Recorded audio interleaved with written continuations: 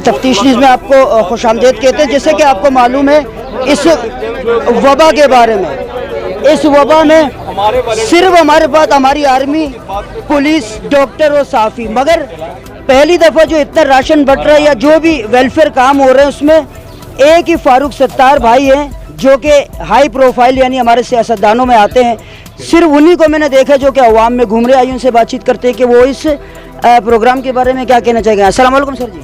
وعلیکم السلام۔ دیکھیں، جو اسلامیہ کالج کا ویلفیئر ٹرسٹ ہیں تو ان کی فیملی سے یہاں حسنہ قریشی باجی ہیں اور پھر یہ فرحان ملک بھائی ہیں جن کی ایک چھوٹی سی فیکٹری ہے، تو انہوں نے 10-10 کلو آٹا دیا ہے اور کچھ راشن کے بیگز 100 کے قریب ہم لائے ہیں، اور ہم چاہتے ہیں کہ ہم ضرورت مند لوگوں تک وہ پہنچائیں، اس لیے ہمیں خود نکلنا پڑا، ورنہ سوشل ڈسٹینسنگ کا تقاضا ہے کہ ہم بھی اپنے گھروں سے نہ نکلیں، تو لیکن مجبوری تھی اس لیے ہمیں یہاں تک آنا پڑا اورنگی کے اس علاقے میں، اور کچھ ضرورت مند مستحق لوگوں کی لسٹ ہم نے بنائی تھی۔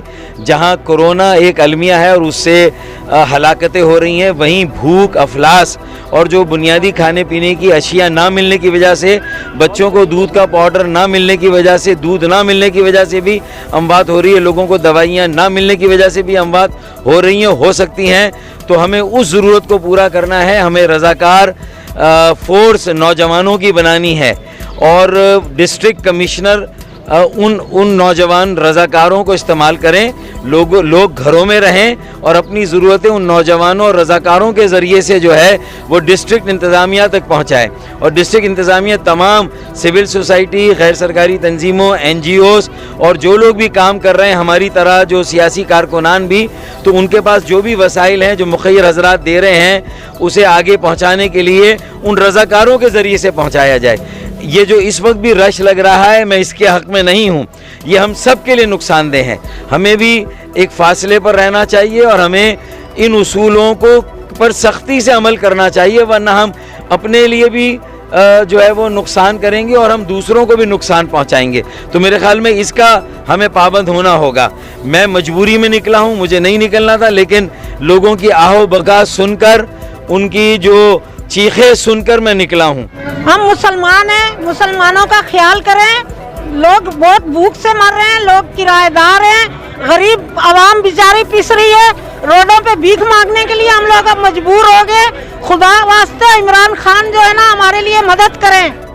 تو اب میں چاہتا ہوں کہ ہم ان تک جو چیزیں آج ہم لائے ہیں وہ ہم تقسیم کر دیں، اور یہ بھی دکھاوے کے لیے نہیں ہے، یہ مخیر حضرات سے یہ اپیل کرنے کے لیے ہے کہ وہ اپنے دل بڑے کریں، وہ اس وقت یہ پرواہ نہ کریں۔ اللہ نے انہیں جو بھی وسائل دیے ہیں وہ مستحق افراد کے لیے، ضرورت مند لوگوں کے لیے، دہاڑی دار جو لوگ ہیں، روزانہ کی اجرت پر کام کرنے والے جو مزدور طبقہ ہے، ان کے لیے دل کھول کر عطیات دیں، راشن کے بیگز دیں، اور رضاکار فورس اس کو تقسیم کریں۔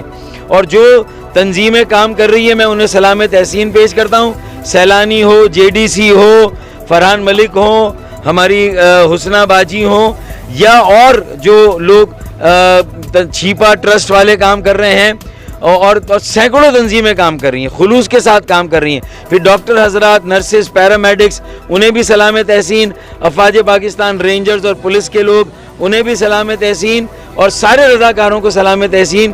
لیکن ہمیں اپنے آپ کو زیادہ سے زیادہ گھر میں پابند کرنا ہے، گھر میں رہنا ہے، اور گھر میں رہ کر یہ جنگ لڑنی اور اس جنگ کو جیتنا ہے۔